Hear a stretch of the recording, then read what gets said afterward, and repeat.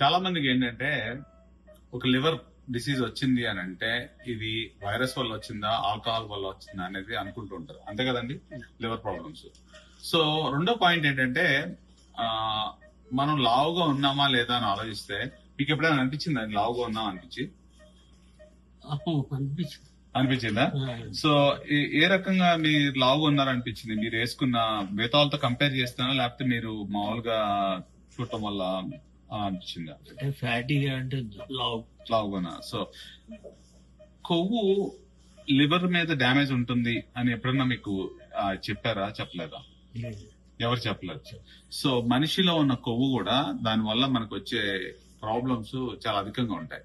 దీనికి ఎంత ఇదిగా ఉన్నాయంటే బ్లడ్ వామిట్స్, అప్పుడప్పుడు రక్తం పడేది కదండి, తర్వాత మీకు మోషన్ కూడా బ్లాక్ గా వచ్చేది.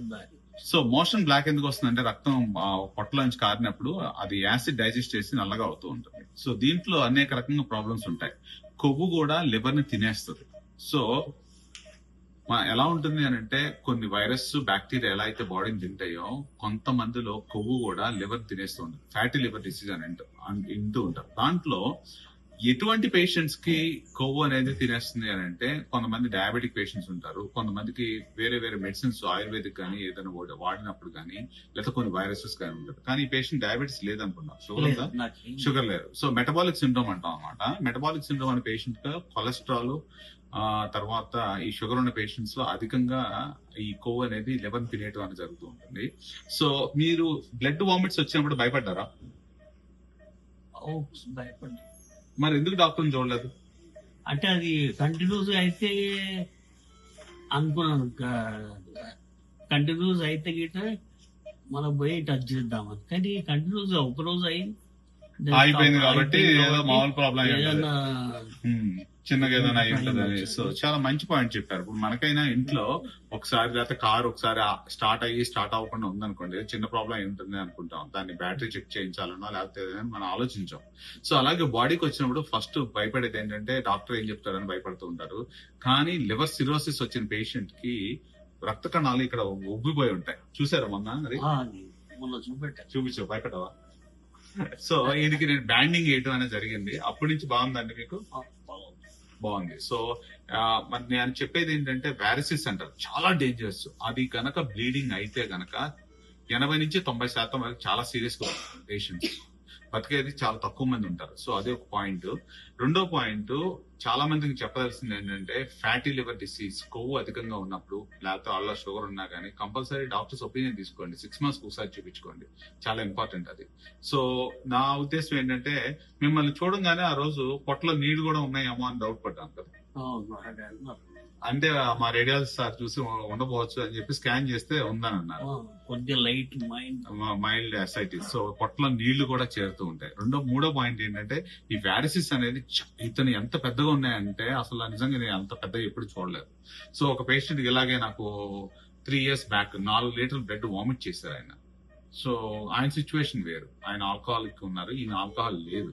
ఈయనకి ఓన్లీ కొవ్వు అధికంగా ఉండటం వల్ల పొట్ట చుట్టూ చాలా మంది ఇంకా లావుగా ఉంటారు, వాళ్ళకి ఎందుకు రాదని అడుగుతారు. అవును కదండి, వాళ్ళతో కంపేర్ చేస్తే ఇంత ఏం లేదు. కానీ ఒక్కొక్కళ్ళ బాడీ ఒక్కొక్కలాగా ఉంటుంది. అది నేను చెప్పదలసిన పాయింట్. ఓవరాల్ గా మీకు ఇక్కడ ట్రీట్మెంట్ తీసుకున్న తర్వాత మీకు ఎలా అనిపించిందండి? సరిపోయింది సార్, కరెక్ట్ గా ఏది కావాలో ఏది కావాలన్నా అది స్టెప్ బై స్టెప్ క్లియర్ గా చదువుకోవచ్చు. Okay, fine. ఇక్కడ ఉన్న టెక్నాలజీ గానీ ఇవి గానీ మీకు ఎలా అనిపించింది? బాగుంది, చాలా బాగుంది అనిపిస్తుంది. సో మూడో పాయింట్, అన్నిటికంటే నేను చెప్పదలసింది ఏంటంటే ట్రాన్స్పరెన్సీ. చాలా మంది డాక్టర్ని చూడాలంటే భయపడుతున్నారు ఈ రోజుల్లో. మీరు భయపడతారా? నేను భయపడతాను. ఇప్పుడు మీరు డైరెక్ట్ వచ్చి నన్ను కలిసిన నేను భయపడాల్సిన అవసరమే లేదు.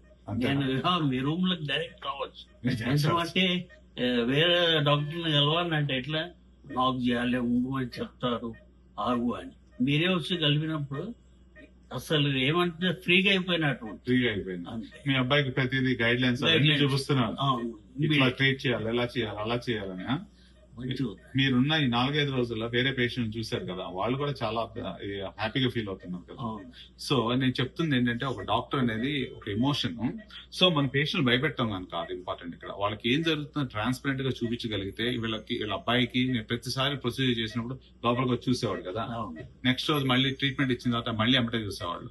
సో ట్రాన్స్పరెన్సీ అనేది చాలా చాలా ఇంపార్టెంట్, ఎథికల్ గా ఉండాలి. మూడో పాయింట్ ఏంటంటే గైడ్ లైన్స్ ప్రకారం, అంటే ఇప్పుడు నేను దేవుళ్ళేం కాదు, కానీ ఓవరాల్ గా ఏంటంటే ఆ భరోసా కనుక ఇవ్వగలిగితే ఈ విదేశాల్లో ఇలా ఉంటుంది ట్రీట్మెంట్, ఇలా చేస్తే ఇలా ఉంటుంది అని తెలిస్తే వాళ్ళకు కూడా ఒక ఐడియా ఉంటుంది. సో చాలా చాలా ఇంపార్టెంట్. సో ఇవాళ విజయదశమి అంతే కదా, అదే. పండుగ రోజైనా ఇక్కడికి వచ్చి మా టీం అందరూ వర్క్ చేస్తాను, మీకు ఎలా అనిపిస్తుంది?